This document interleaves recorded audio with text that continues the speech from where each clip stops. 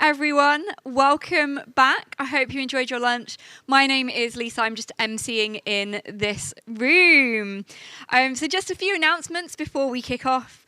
Our featured session is today at 4 p.m. It sounds super cool. It's from Starburst, and it's all about reducing complexity and increasing performance ratio with Trino. So make sure you check that out at 4. And after the session, there will be 3 competition winners as well. So if you've entered the competition, that's when you can find out if you've won. And then 5 to 6, there will be some networking and drinks in the main area as well. So I'm super excited to introduce the next talk for you. So we are joined by Muhsin. He is an analytical developer in research and development at Antares Global. Important. He's a senior AI engineer, certified IBM quantum computing developer, actuarial and finance data science, so incredibly well qualified. Welcome him to the stage. Thank you so much. Thank you very much, Lisa. Good afternoon, everyone. Thank you very much for choosing to be here. I know there are 5 parallel talks happening right now. I hope you will enjoy. Let me introduce myself a little bit. Yes, I am working in the Antares Global Insurance and Reinsurance Group in the Research and Development Department. I am also official IBM Qiskit advocate. Today, I will cover what is quantum computing, what are the differences between the classical and quantum computers, why do we need quantum computers, potential uses of the quantum computing, and I will touch a little bit quantum data and quantum machine learning. Let's dive in. Quantum computing is an interdisciplinary research area. So to be expert in this area, we need to know mathematics, physics, and computer science. Quantum computers use the properties of the quantum mechanics to solve the complex problems. As a main properties of the quantum mechanics, superposition, interference, and entanglement can be counted. Let's look at them briefly. Superpositions means an object can be in multiple states at the same time. In other words, all states are possible at the same time. You will see some fun example in the next slides. Interference means quantum states can be add up or cancel out. Let me give one example. You see one headphones with noise cancelling feature, sound waves coming from outside, and then this headphone creates another sound in the opposite way. And 2 waves cancel each other, and silence happens. Last one is entanglement. 2 particles are connected and affect each other. The distance between the 2 particles or objects is not important. Because of that, Albert Einstein said, "Spooky action." Now let's look at quantum computing. In the classical computers, we are using bits, 0 and 1. Everything in our computers is a combination of 0 and 1. Your Word file, text file, Excel files, image files, everything, they are a combination of the 0 and 1. In the quantum computers, we are using qubits instead of bits. A qubit can be in 0 state and can be in 1 state. But why do we need to use qubits instead of bits? What's wrong in the bits? To understand that one, let's look at the classical logic and quantum logic. Let's start with William Shakespeare, to be or not to be. Here there are 2 options. If one of them happen, the other one will not. Okay? There is no uncertainty here. Everything is clear.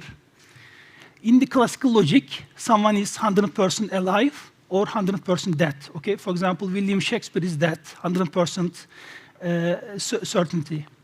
And I am alive because I am talking in front of you now. There is no uncertainty.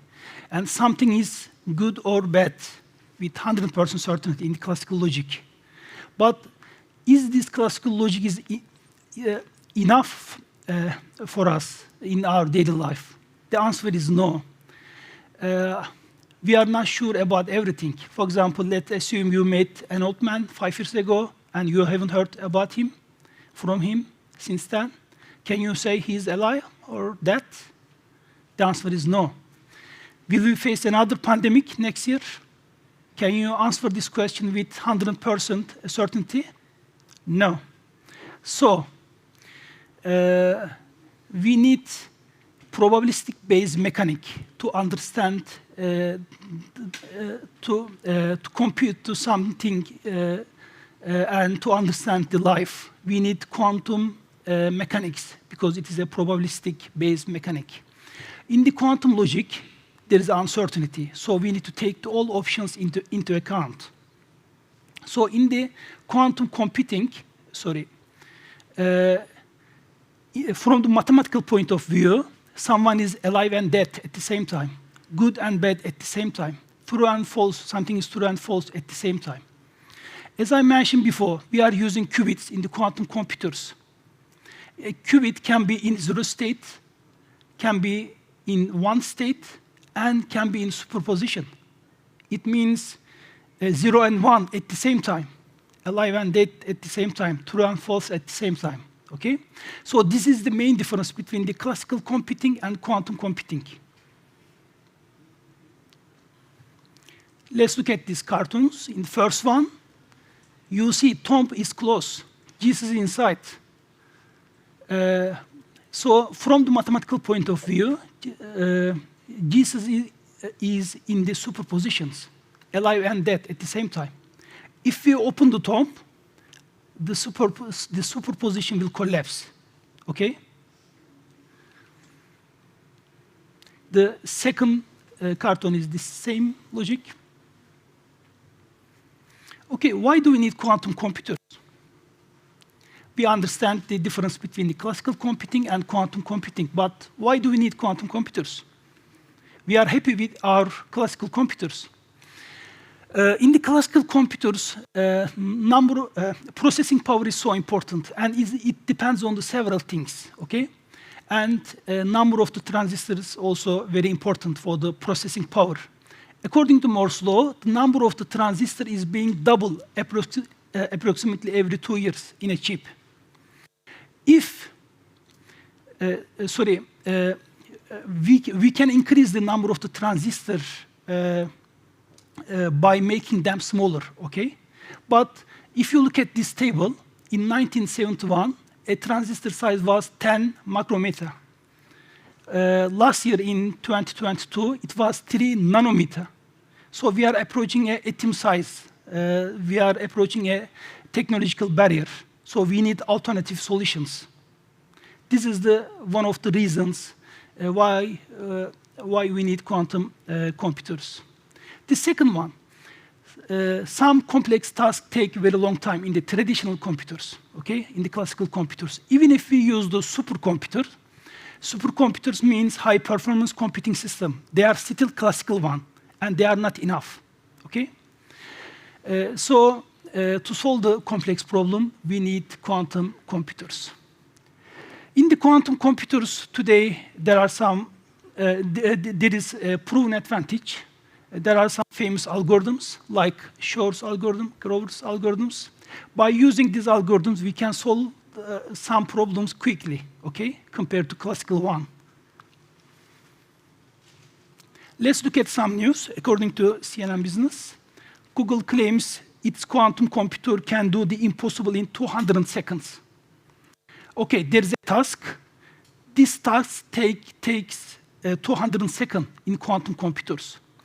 If we use the world's fastest supercomputer, it will take 10,000 years. Okay, 200 seconds, 10,000 years. You see the difference between the two. Let's look at another news. Chinese quantum computer is 180 million times faster on a related task. China is very good in photonic quantum technologies, and you see the difference between the classical computer and quantum computers. But please don't forget, this is just for some specific task, okay? And another news about IBM. So, as you see, there's a proven advantage in quantum computing. Now, let's look at today's quantum computers. Quantum computers can be categorized by the type of the qubit technologies. So today we have superconducting quantum computers, photonic quantum computers, trapped ion quantum computers, and topological quantum computers. Our classical computers look like each other, even if they are from the different brands.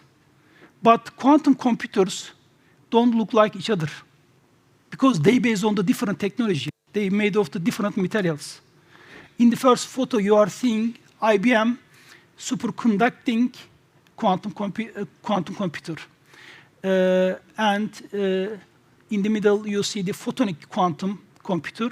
And last one is trapped ion quantum computer. So they don't look like each other because they based on the different qubit technologies. They made of the different materials, okay? They are so different. Now, sorry, I forgot to say, there is no any tangible topological quantum computers today, okay? Because this technology is quite new. It is very good in theory, but now, today, there is no any tangible topological quantum computer.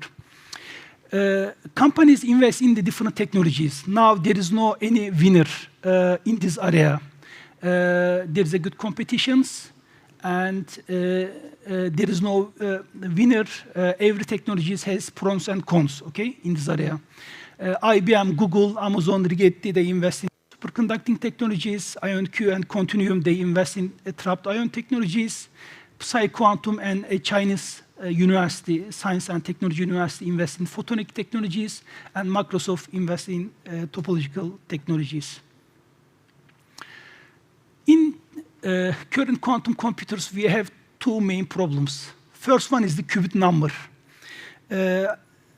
Most of the quantum algorithms, we need million qubits, okay? Now, if you look at the IBM quantum development roadmap, you will see in 2019, IBM released Falcon chip with 27 qubits. And last year, IBM reached the 433 qubits. And this year, end of this year, IBM released another chip with more than 1,000 qubits. As you see, there is a exponential growth in this area. So we are so optimistic. In 10 years, IBM will reach 1 million qubits. So one of our problem will be solved probably 10 years later, okay? The second problem is quantum computers are noisy. They produce error, okay? There are some mechanical issues, hardware issues. We are using the quantum computers by using error corrections algorithms. And these problems will be solved in the future, and then quantum computers will be so efficient, okay? They will be ready to use. Now, let's look at the potential uses of quantum computing. Of course, we can talk about several things, but I will just touch the four different areas. Let's start with data analysis, because this is the data science festival. You analyze your data by using the traditional machine learning methods. Also, there is a quantum machine learning methods now. They are quite new. Unfortunately, there is no any proven advantage, because, as I said, these algorithms are quite new. But we are optimistic. We will get the better results and better algorithms soon.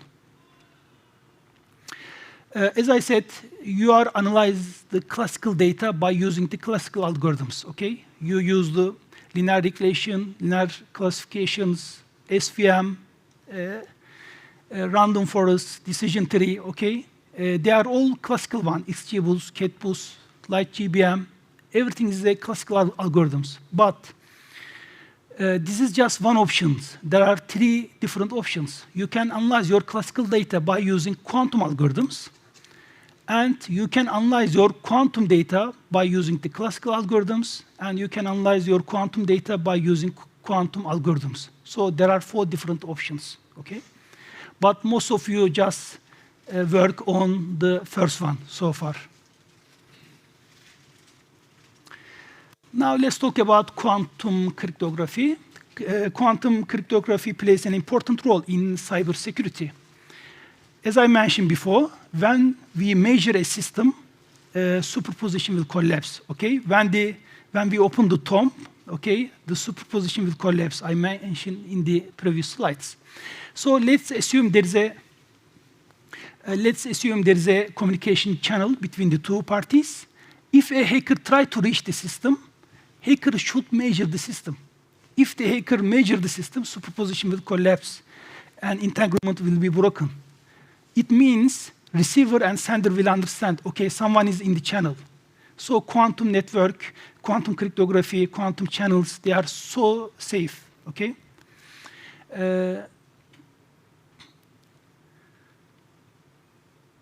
Let's talk about a little bit optimization and modeling. In the healthcare, biotechnology, chemistry, finance, optimization problems are so important. In the optimizations and modeling, two things so important. One is accuracy, the other one is speed. For example, in modeling, generally companies use the Monte Carlo simulations, and it takes so much time. Another issue is the optimization problems accuracy. And specifically in the biotechnology, this is so important. A couple of months ago in USA, a healthcare company installed IBM quantum computers in their own company. So companies have started to use quantum technologies. They are interested in these technologies because their optimization problems and modeling problems, okay? To increase their accuracy and to make the simulations quickly. Also in the insurance and financial portfolio optimizations, companies will use the quantum computers in the future. But probably in the future, quantum computers will be in the hybrid. You know, we will use them in the hybrid environment. We don't need to install the quantum computers in our company. Probably in the hybrid environment. Still, we will use our classical computers, and then in the hybrid environment, we will reach the quantum computers and make some computation there. So this is how it will work. I think I came to the end of my talk. Thank you very much for listening to me. I don't know, do we have any time for the questions? Yeah, please, go. 1 second, mic is coming. Thank you very much. Since you mentioned that one of the challenges of the current quantum computation is noisiness, so what happens if there is a tendency that the noise optimization algorithm outgrows, the quantum technology itself? Yeah, the environment in the quantum computers are now so noisy. They produce error because of the mechanical issues, okay? Because in the superconducting technologies,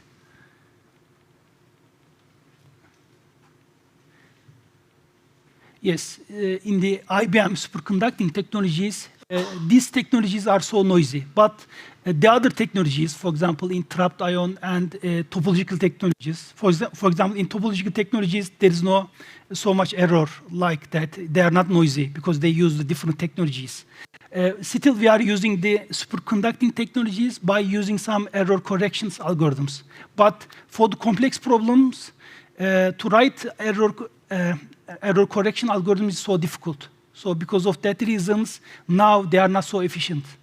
But in the near future, we will get the more efficient quantum computers. These problems will be solved. Okay? Amazing. Thank you so much. Another round of applause there.